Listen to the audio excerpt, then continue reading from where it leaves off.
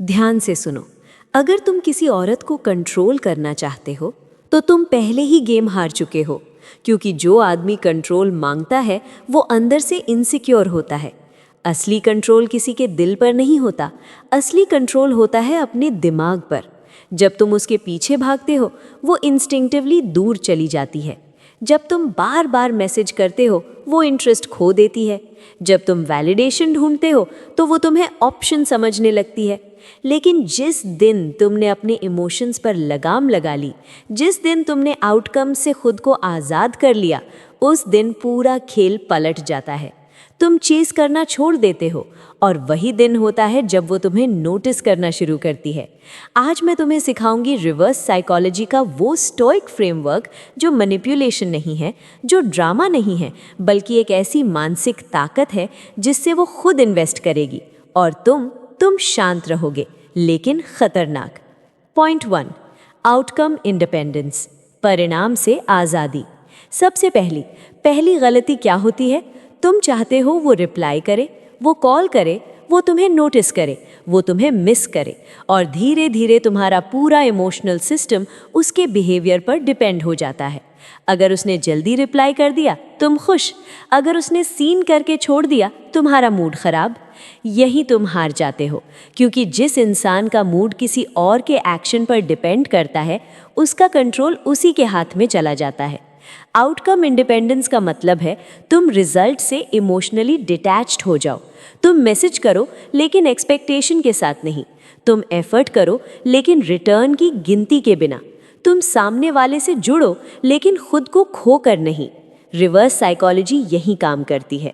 जब उसे महसूस होता है कि तुम्हारी दुनिया सिर्फ उसी के इर्द गिर्द नहीं घूम रही, जब उसे दिखता है कि तुम उसके रिप्लाई के लिए बेचैन नहीं हो, जब वो नोटिस करती है कि तुम एक्सप्लेन करने के लिए डेस्परेट नहीं हो, तभी उसके दिमाग में एक छोटा सा डाउट पैदा होता है, क्या ये सच में मुझ में इंटरेस्टेड है या ये बस काम है? और वही डाउट क्यूरियोसिटी बन जाता है। समझो, अट्रैक्शन तब पैदा होता है जब सामने वाले को लगे कि वो तुम्हें पूरी तरह रीड नहीं कर पा रहा।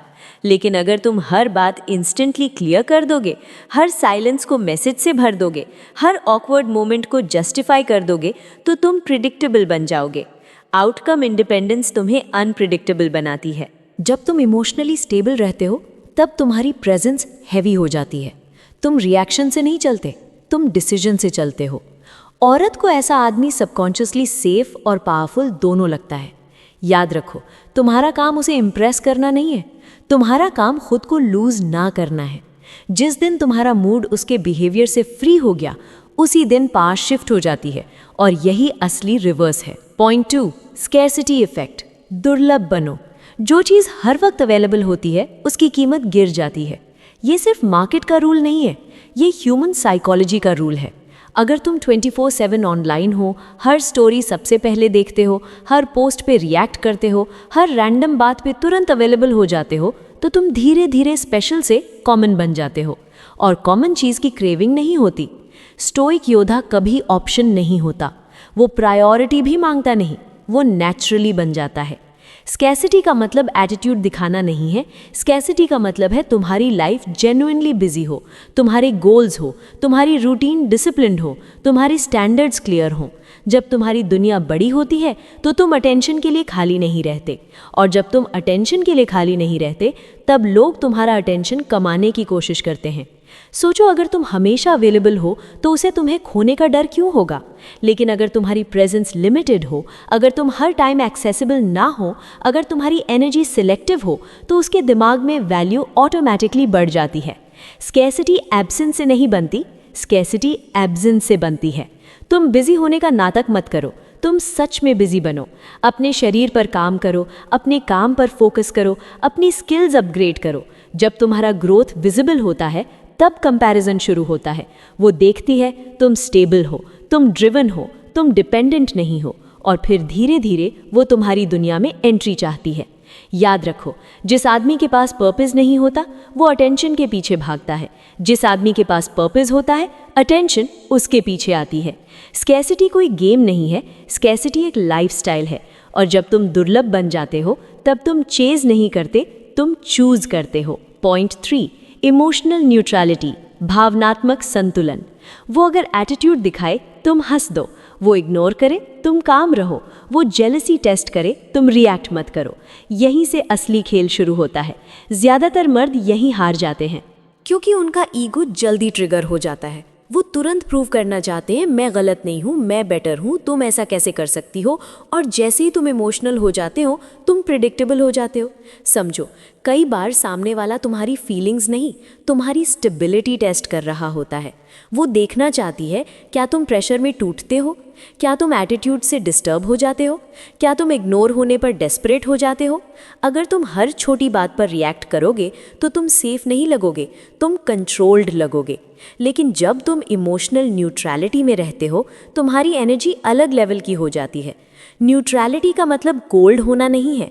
न्यूट्रलिटी का मतलब है तुम्हारी फीलिंग्स तुम्हारे कंट्रोल में है। तुम मुस्कुराते हो लेकिन भीतर पैनिक नहीं करते। तुम साइलेंस एक्सेप्ट करते हो लेकिन इनसिक्योरिटी से मैसेज नहीं भेजते। तुम जेलसी क्रिएट होने पर भी स्टेडी रहते हो क्योंकि तुम्हें पता है तुम्हारी वैल्यू रिएक्शन से प्रूव नहीं होती।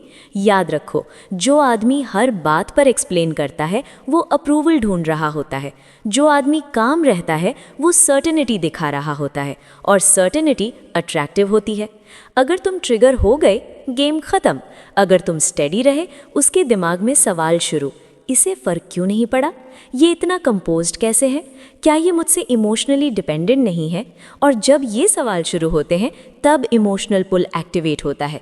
स्टोइक आदमी लाउड नहीं होता, वो स्टेबल होता है और स्टेबिलिटी सबसे डेंजरस ट्रेट है। पॉइंट 4, मिस्ट्री फ्रेम, रहस्यमय व्यक्तित्व। सब कुछ मत बताओ, हर थॉट शेयर मत करो, हर इमोशन एक्सप्लेन मत करो, हर साइलेंस जस्टिफाई मत करो। आजकल ज़्यादातर लोग ओवर अवेलेबल ही नहीं, ओवर एक्सप्लेन्ड भी है। वो हर चीज़ क्लियर करना चाहते हैं। मैं ऐसा इसीलिए बोला, मैं बिजी था इसीलिए रिप्लाई नहीं किया, मैं अपसेट नहीं हूँ बस टायर्ड हूँ। जब तुम हर चीज़ डिफाइन कर देते हो तो इमेजिनेशन मर जाती है और अट्रैक्शन इमेजिनेशन पर टिकता है। ह्यूमन ब्रेन मिस्ट्री से अट्रैक्ट होता है। जो चीज़ पूरी तरह समझ में आ जाए वो एक्साइटिंग नहीं रहती। मिस्ट्री का मतलब फेक गेम खेलना नहीं है।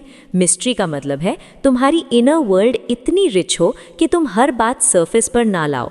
कभी शॉर्ट रिप्लाई दो, कभी डीप कॉन्वर्सेशन में उतर जाओ, कभी बिना रीज़न के बिजी रहो, कभी अचानक डिसअपियर नहीं लेकिन अनअवेलेबल रहो। पैटर्न प्रिडिक्टेबल मत बनने दो।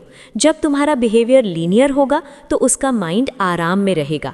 लेकिन जब तुम स्टेडी तो हो पर फुल्ली रीडेबल नहीं हो तब इमोशनल टेंशन क्रिएट होती है।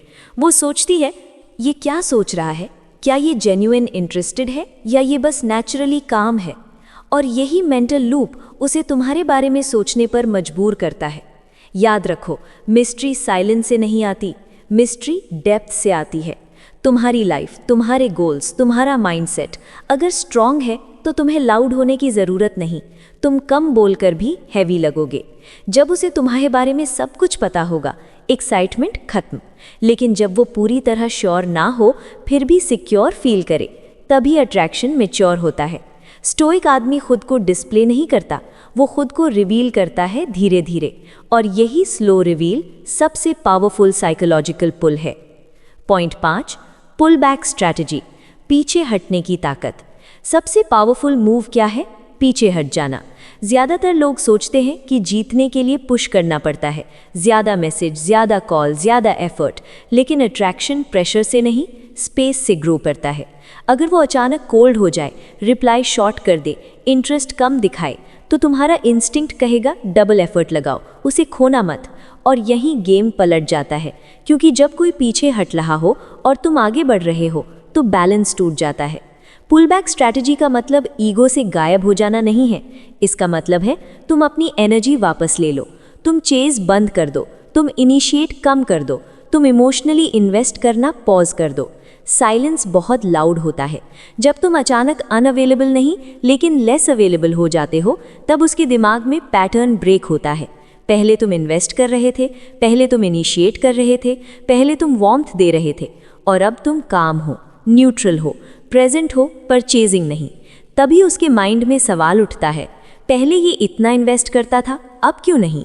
यही गिल्ट, क्यूरियोसिटी और अट्रैक्शन एक साथ एक्टिवेट होते हैं। ह्यूमन साइकोलॉजी लॉस को गेन से ज़्यादा स्ट्रांगली फील करती है। जब उसे लगेगा कि वो तुम्हारा अटेंशन लूज कर रही है, तभी उसकी वैल्यू परसेप्शन शिफ्ट होगी। लेकिन ध्यान रखना, पुल बैक रिवेंज नहीं है, पुल बैक मैनिपुलेशन नहीं है, पुल बैक सेल्फ रिस्पेक्ट है। अगर सामने वाला एफर्ट नहीं डाल रहा तो तुम खुद को फोर्स क्यों कर रहे हो?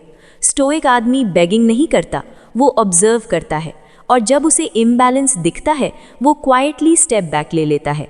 अगर वो जेन्युइनली इंटरेस्टेड होगी वो गैप फिल करेगी, अगर नहीं करेगी तो तुम्हें क्लैरिटी मिल जाएगी। दोनों सिचुएशंस में तुम जीतते हो। पॉइंट 6, सेल्फ अपग्रेड, खुद को लेवल अप करो। रिवर्स साइकोलॉजी का अल्टीमेट सीक्रेट क्या है? खुद को अपग्रेड करना।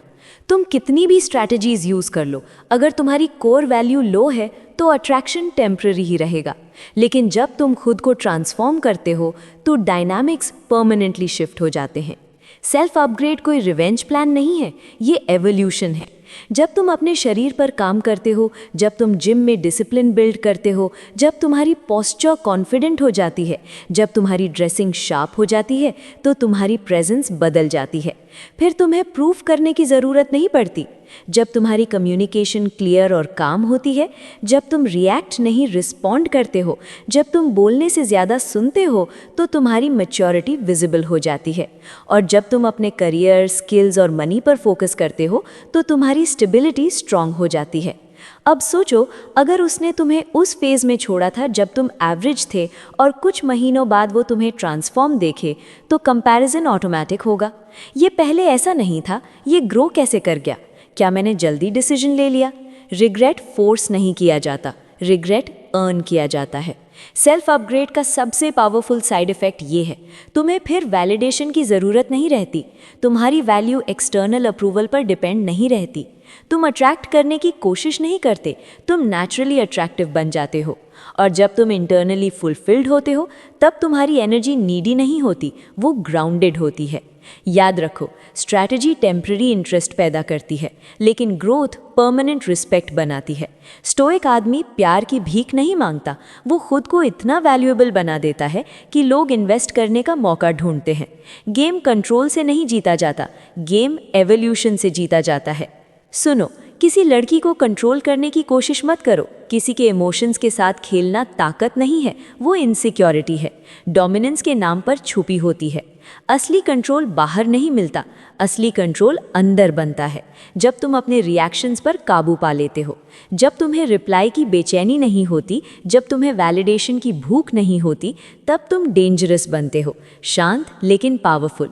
खुद को इतना रेयर बना दो कि तुम्हारी एब्सेंस नोटिस हो, खुद को इतना ग्राउंडेड बना दो कि तुम्हारी साइलेंस हेवी लगे। स्टोइक आदमी प्यार की भीख नहीं मांगता, वो अटेंशन चेज नहीं करता, वो खुद को बिल्ड करता है। और जब वैल्यू जेन्युइनली हाई होती है तो लोगों को कन्विंस नहीं करना पड़ता, लोग खुद इन्वेस्ट करते हैं, खुद एफर्ट डालते हैं, खुद डरते हैं तुम्हें खो देने से। याद रखो, गेम कंट्रोल से नहीं जीता जाता, गेम कैरेक्टर से जीता जाता है।